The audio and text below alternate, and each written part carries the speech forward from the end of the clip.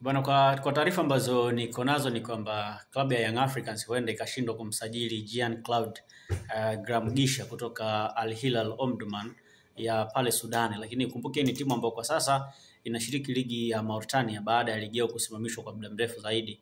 Ligi ya Sudan ina miaka kama mitatu haijachezwa na ndio maana timu zake mbili El Merreikh pamoja na Al Hilal Omdurman zimekuwa zikicheza kwenye mataifa mengine, na kuna wakati kama mfano msimu uliopita zilikuwa zicheze kwenye ligi yoyote ile, zilikuwa zitacheza tu mechi za kirafiki za hapa na pale.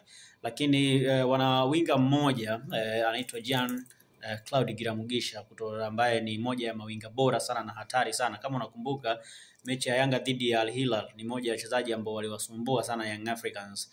Lakini baada ya pale Young Africans waliuliza kuhusiana na upatikanaji wake, na of course ni mchezaji mzuri sana, na sio kwamba Yanga hawezi kumsajili. Kuweza kumsajili wanaweza, lakini kitakachosababisha washindwe kumsajili ni fedha ambayo ipo kwake, kwa maana ya fedha ambayo thamani yake ambayo Al Hilal Omdurman wameweka kwamba kwa timu yoyote ambayo inamhitaji Jean-Claude Gramugisha inatakiwa kutoa zaidi ya bilioni 3.8. Yani hayo ni makadirio ya fedha ambayo wanaamini kwamba ndio thamani yake, bilioni 3.8. Manake hiyo ni pesa nyingi, unazungumza pesa ambayo haijawahi kutokea. Yani Yanga na Simba hakuna timu ambayo imewahi kuspend fedha zaidi ya bilioni 3.8 kupata mchezaji mmoja. Na hapo tunaposema bilioni 3.8 manake ni ile pesa ambayo wao wanaweza yani kwamba ukifika pale kwenye mazungumzo wanaweza kuanzia hapo. Yani kwa maana ya kwamba kuna uwezekano wakaanzia hapo kwenye bilioni 1.8 au ikawa juu ya bilioni 3.8 ama ikawa juu ya bilioni 3.8.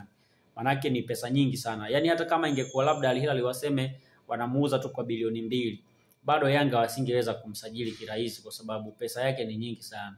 Yani Simba na Yanga bado ni timu ambazo zinasajili sana wachezaji wa milioni 200, milioni 300, milioni 400 mpaka milioni 600, 700.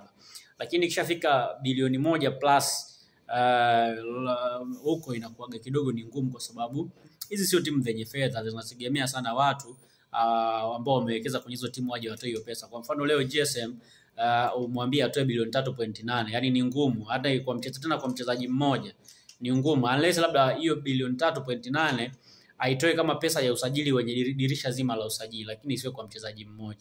Na hata ukisema uiweke kwa dirisha lote la usajili itumike hiyo pesa watumie kufanya usajili Yanga, ni ngumu pia kwa sababu hiyo pesa ni nyingi.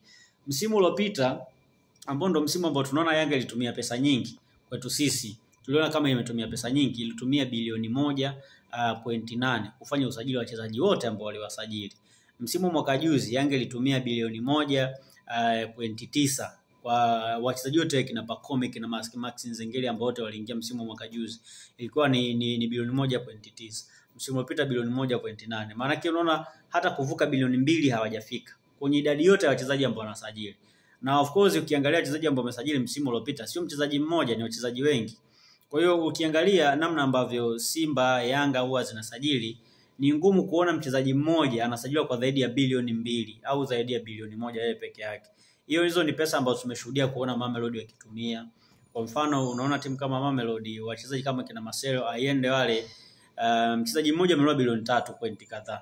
Maana yake wao ndio wenye huo uwezo. Al Ahly pia ndio timu zenye huo uwezo. Al Hilal wenyewe ndio wenye uwezo wa kusajili wachezaji kwa pesa nyingi. Sasa kwa Young Africans ni ngumu, yani hata GSM mwenyewe hawezi kutumia hiyo pesa yote kwa mchezaji mmoja. Of course sisemi kwamba hana hiyo pesa, hizo bilioni anazo.